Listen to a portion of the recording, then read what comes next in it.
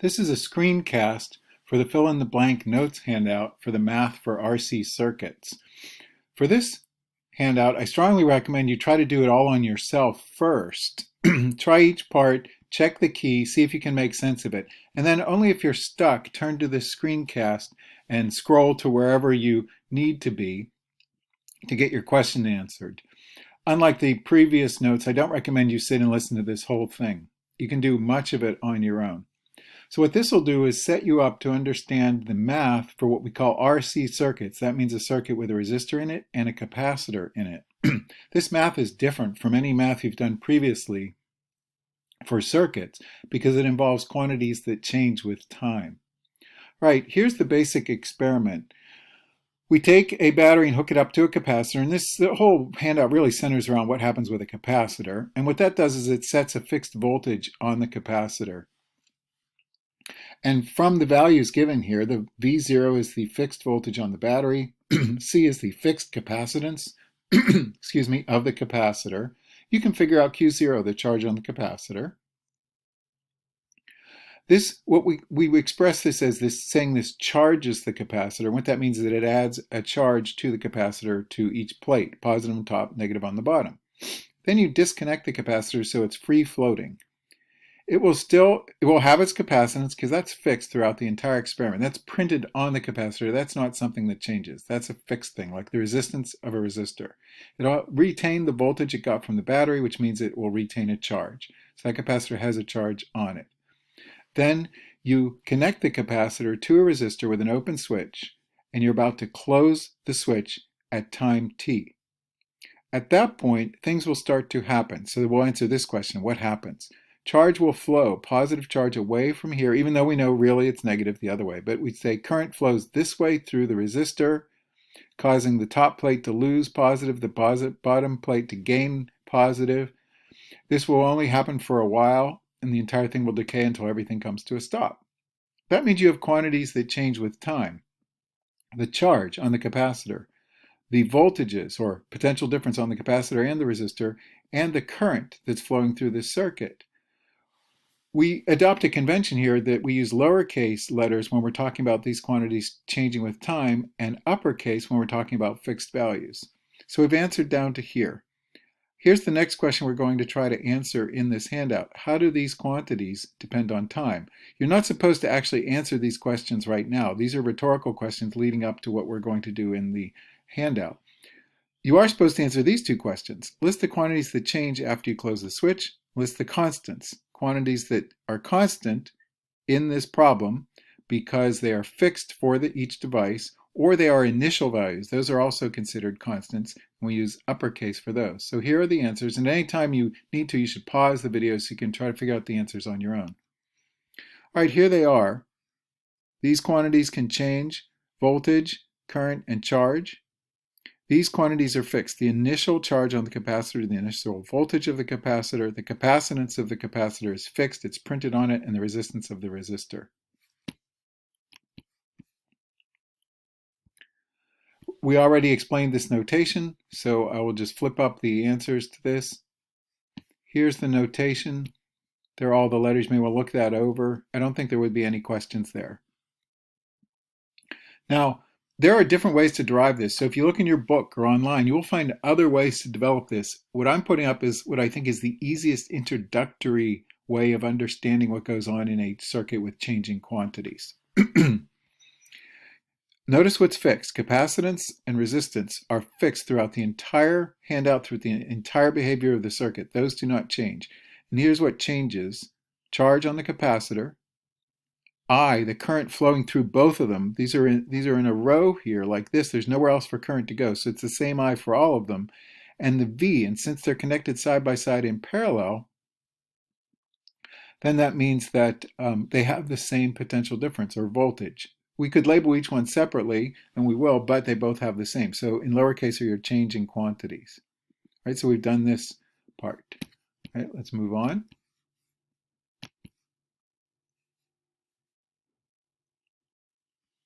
Now, to set this up, we're going to basically write the equation, Kirchhoff's loop law for voltage, and then make replacements so that we get one dependent variable and one independent variable. Take a wild guess what the independent variable is going to be.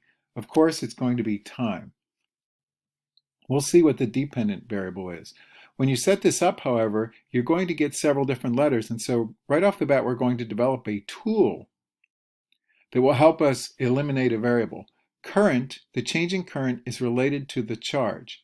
How is that? How are they related to each other?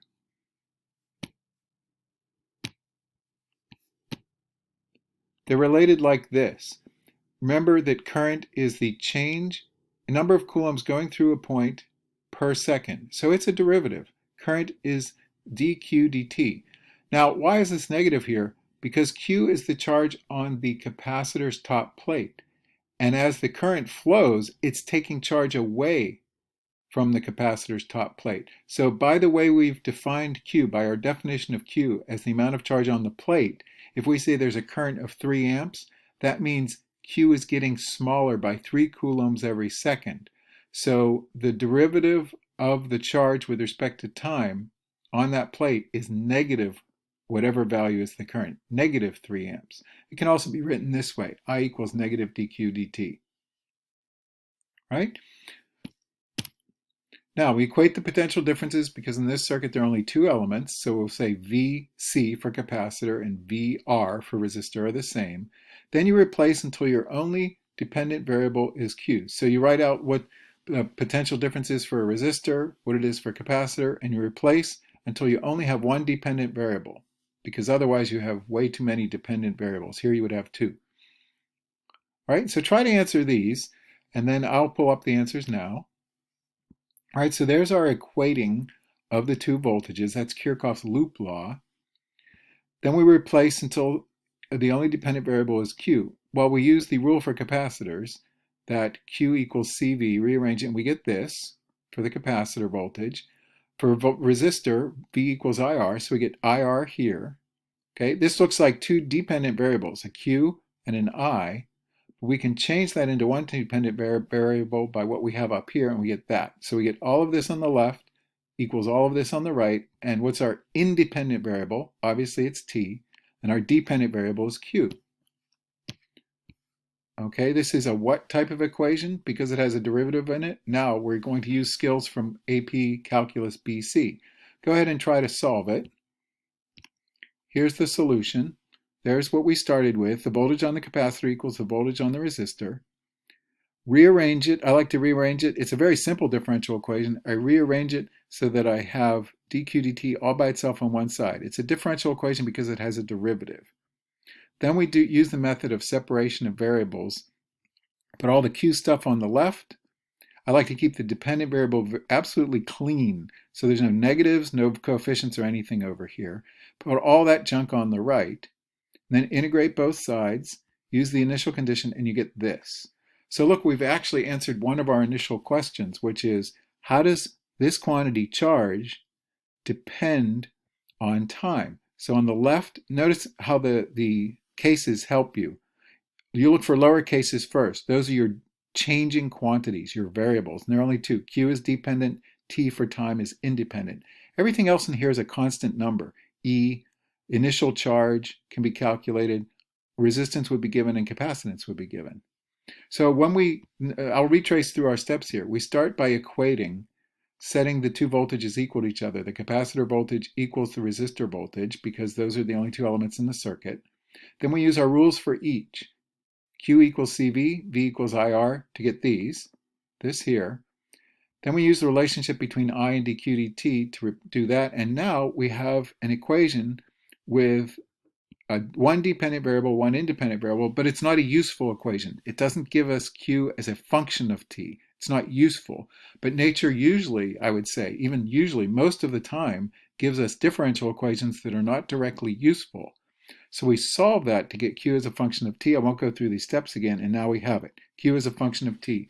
And it comes from setting up the differential equation and then solving it. So now we've got Q as a function of T. All right, try to fill in this. Q equals Q0, yes, okay. Use these relations to get V as a function of T and get I as a function of T. And here are the answers. All right, this is what we had on the previous page. For this, we would have to know Q0. We use the relationship between V, Q, and C. That's Q equals CV. Just make our replacements and we get that. Use the relationship between VR and I. That's V equals IR. Make our replacements and get this. So now we have what we wanted. Q, V, and I all as functions of t. And notice they all have the same basic form. An initial value times a decaying exponential. And in all these cases, the decaying exponential has the same form. E to the negative t over capital R, capital C. So that's the resistance of the resistor times the capacitance of the capacitor.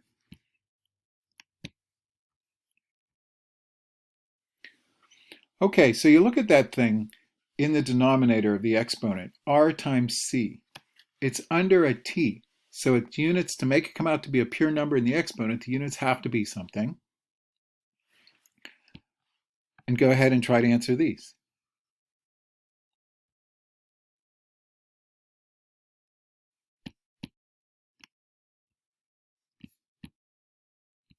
The unit for RC must be seconds. And if you go through all the work of figuring out the unit for resistance being a volt per amp and then solving that, and unit for capacitance and so forth, Coulomb per volt, you wind up with this product being in the units of seconds. All right, here we've written out the equation for the voltage as a function of time again. We're going to try something here. We're going to look at this is making a point about decaying exponentials. This is not particular to circuits. This is a general point about decaying exponentials, that you have t in the numerator and you can have this in the denominator, or you could write it as a coefficient out front, 1 over RC. It doesn't matter. Writing it this way, I think, is more instructive. This is common for all decaying exponentials like radioactive decay, etc. If you let the stopwatch run, and the time on the stopwatch exactly equals this denominator, like let's say the denominator is 8 seconds. You let this circuit run for 8 seconds so that t equals 8, equals the same thing that's in the bottom. Look what happens. Then this becomes a 1. If the time equals R times C, that becomes a 1. And now you have e to the negative 1, or 1 over e. And 1 over e is 1 over 2.71828, etc. So that works out as a decimal to 0.37 V0. So look what that says. This is a certain amount of time, RC, R times C, resistance times capacitance, is a certain amount of time. And if you let the circuit run for exactly that amount of time, you wind up with 37% of what you started with. Each quantity will be 37% of what you started with, roughly 1/3 of what you started with. So use that idea to fill in this table. We already filled in the first blank. What happens if you let it run for twice that amount of time, 3 times and 4 times? Figure out what the voltage would be on each device, the capacitor or the resistor, same for each of these blanks, and then try to answer these. Here are the answers. Each time you let it run another RC seconds, and that's the way we talk about it. T equals RC seconds, because RC, remember, will be a single number, like 8 seconds. So this would be, say, after 8 seconds, you have 0.37 V0. After 16 seconds, or twice as long, you have 0.37 times 0.37. Right? You put that in, you see how that works. You get e to the negative 2. 1 over e squared V0 is 0.37 times 0.37 is 0.135 V0. Let it run for 3 times as long, or in my imaginary example, 24 seconds, you get 0.37 times 0.37 times 0.37, you get this, and so forth. And see this pattern. So every RC seconds, the voltage is divided by E, or multiplied by 1 over E. It means the same thing. And that's the same as multiplying by 0.37. So if you think of that as what you keep 0.37. How much have you lost? You lose 63%. And this is something that anyone who works with decay is familiar with.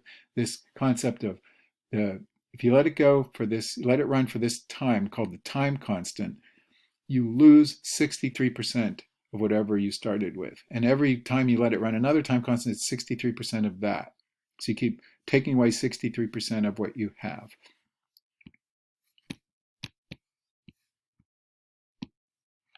All right, so go ahead and do this for a specific problem. And this is a very common AP type problem. To do this problem, you really don't need to construct the differential equation, come up with a solution, plug in numbers. You just have to know the idea of how a time constant works. Again, very common across the sciences. This radioactive decay is a perfect example. and the concept of a half-life. All right, here are the answers. If you take these numbers,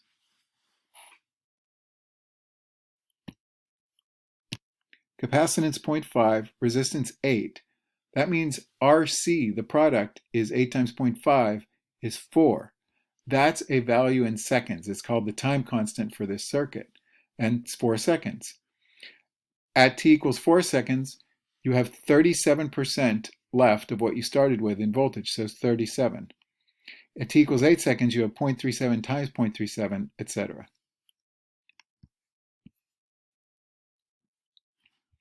All right, you've probably heard of the concept of a half-life, especially in radioactive decay. Well, we can use the equations. This is just math now. You could do this in a calculus class. You could even do it in a pre-calculus class. You don't need to, this is not specific to circuits. You're just figuring out how long it takes. So that means you're looking for t, time, for the changing quantity, the lowercase v, to become half of what you started with. So go ahead and try to solve that. And here's the work for it. So there's the equation you would use. What you want is for this lowercase v to be half of what you started with. So that means v0 over 2. And fortunately, there's a v0 in the function itself, so those divide out. And now it's just a matter of using your skills to solve for this. And notice I've labeled this t half-life, THL. Sometimes it will also be written t with a little 1/2 by it in subscript to mean the half-life.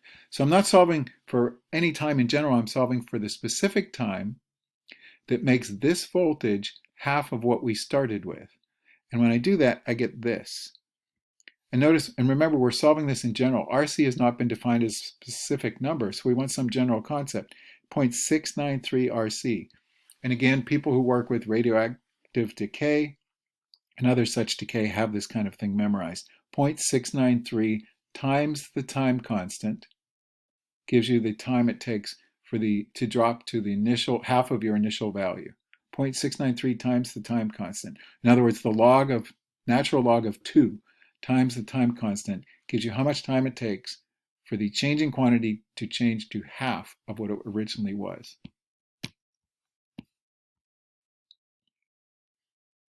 All right, there I've written it in the other notation, t1/2. That's a way of saying half-life. You can write that as a decimal, or you can write it as natural log of 2, write it with a decimal. It's a good thing to memorize it if you're going to go into any kind of science that involves decay or increase. Now let's look at this example. I've got an initial voltage, a capacitance on the capacitor, and a resistance. So I've got a C and an R. So go through your work to find out the half-life, and then figure out how long it takes to go from 400 to 12.5 without plugging into equation. Just use the concept of half-lives.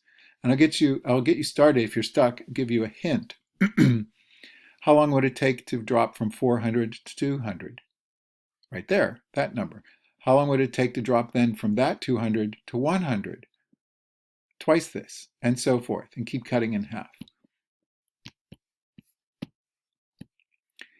Here again is how to write that from the previous page. So now we have this concept, and I picked these numbers, of course, made them up on purpose so that we would get a half-life that's 4 seconds to several significant digits.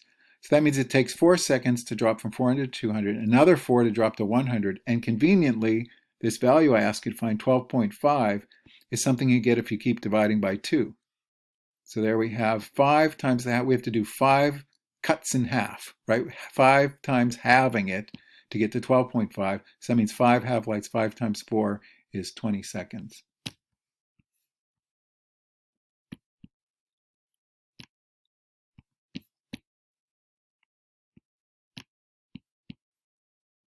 We now move on to a different circuit, not the same circuit that we did previously, not a circuit with just a capacitor and a resistor. We move on to the second type of circuit you should know, which is what happens when some of the values increase, when you charge something.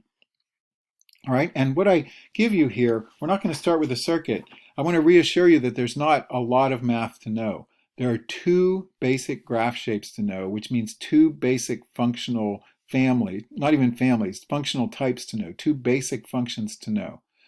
Notice some things about these functions. They always involve e to the negative 1 over rc times t. That's it. You're not going to have to know any other thing in the exponent for AP Physics C this year. Just e to the negative 1 over rc times t, or you could write it e to the negative t over rc. That's the only thing you need to know for circuits this year that involve some kind of change in the circuit. And there are two basic shapes. If you have a quantity that decays, starts out big and gets smaller, you're going to use this function. If you have a quantity that starts out at 0 and increases, you're going to have this function, and that's all. There are no other functions you have to know about. So you can sketch each of these and then write them in down here, and I'll show you what that means in the answers.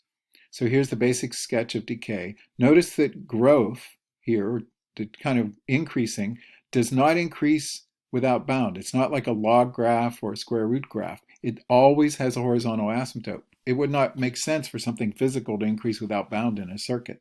So these are your only two shapes you have to worry about. And these are the only two functions, and you should be able to match the function with the shape. That's just math. You might have to think about it, but it's not difficult. So here they are written again. The only two functions you have to know, one for decay, one for asymptotic growth. All right, and I said this was for a different type of circuit. Here's a typical circuit. Notice what's different now.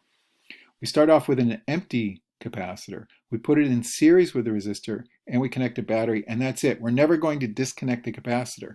This is what we might call a charging circuit. It's also an RC circuit because it has an R and a C, right? But it has three circuit elements, and that's it. We're going to look at this. Now, for each of these, based on what you had on the previous page, you might want to start, imagine closing it. You have three different things, actually four, that you have to think about. Four different things to think about. The voltage on the resistor, the voltage on the capacitor, the current through the circuit. They're all in series, so that will be the same for all of them, and the charge on the capacitor. These two here, the two voltages, are not necessarily going to be the same. They won't be the same in this circuit. Okay, so try to either start with the graph for each one and think whether this is a quantity that should decay or increase, and then use what was on the previous page to try to write the function for each one. Right? And we're not going to go through and do the differential equation for this, but you should be able to set it up. And you'll see that when you do AP reviews, that they'll want you to set up the differential equation for this, but you'll never have to solve it. All right, here's our solutions. The voltage on the resistor should start out large. When we close the switch, actually, let's start with charge. When we close the switch, the charge on the capacitor is initially 0, and it takes a while to increase. So since that charge is 0, that means the voltage on the capacitor is initially 0. So the capacitor gets a growth graph and a growth function. As time progresses, the charge and voltage on the capacitor increase. So the voltage on the capacitor is a growth function, and the charge on the capacitor is a growth function. This one here is really what you would think of first. Obviously, the charge on the capacitor is going to start at 0 and increase. And since Q equals CV, that means the voltage on the capacitor does the same thing, starts at 0 and increases. Remember, capacitors start like wire and end like a gap. Since the capacitor starts like a wire, that means the voltage on the resistor will be, at the beginning, at t equals 0, will be the entire voltage of the battery. All the volts will be on the battery, or will be on the resistor and not on the capacitor. But as charge builds up on the capacitor, the voltage of the capacitor will get bigger, which means the voltage of the battery will decay. So this gets a decay graph and a decay function. In other words, look at this. The voltage here on the capacitor plus the voltage on the resistor has to equal the voltage on the battery. So for example, let's say the voltage on the battery is 100. That means this VC plus VR has to equal 100 at all times. So if VC starts off at 0, VR starts off at 100. And as VC increases, VR must decrease because the sum always has to equal 100. It has to equal the voltage on the battery. And then finally, we look at the current. The capacitor begins like a wire, so the current flows freely through it. So you start off at that maximum. And then as time goes on, the capacitor changes into more and more like a gap. So you have a decay graph and a decay function. And notice another thing I've done here. You might not be given I0. So you might want to think in I0, use V equals IR to think of I0 as the initial voltage over R. And it's often written that way, and you often have to think that way. Same thing with Q. you might not be given an initial Q. That's very common. So you think of it as C times VB, the capacitance times the voltage on the battery. And that's the way to think of it. Either one of these is correct. But this is actually not initial. I think I misspoke. This is not initial charge. It's final charge. So we're talking about the final charge, the most it can be, the most the final charge can be is C times the voltage on the battery. Because when you're finished, after a long time, the voltage on the capacitor will equal the voltage on the battery. So any one of these, you may have to use your Q equals CV, right? Q equals CV and V equals IR to replace things based on what you're given. Now I'll say something in summary in case you're still listening. The AP is not going to ask you to go through all the math step by step, setting up a differential equation, solving it, writing the functions, and so forth, and solving for a half-life, solving for that sort of thing. However, you are expected to know and understand every single part of what's on here because you've seen it all in little pieces before, which means you could be asked a question about any little part of this. You would not be asked to start at the beginning and get to the end, all in one question, not at all. But you could be asked to understand any part of this. There's really nothing in here that's skippable as some sort of proof that is optional.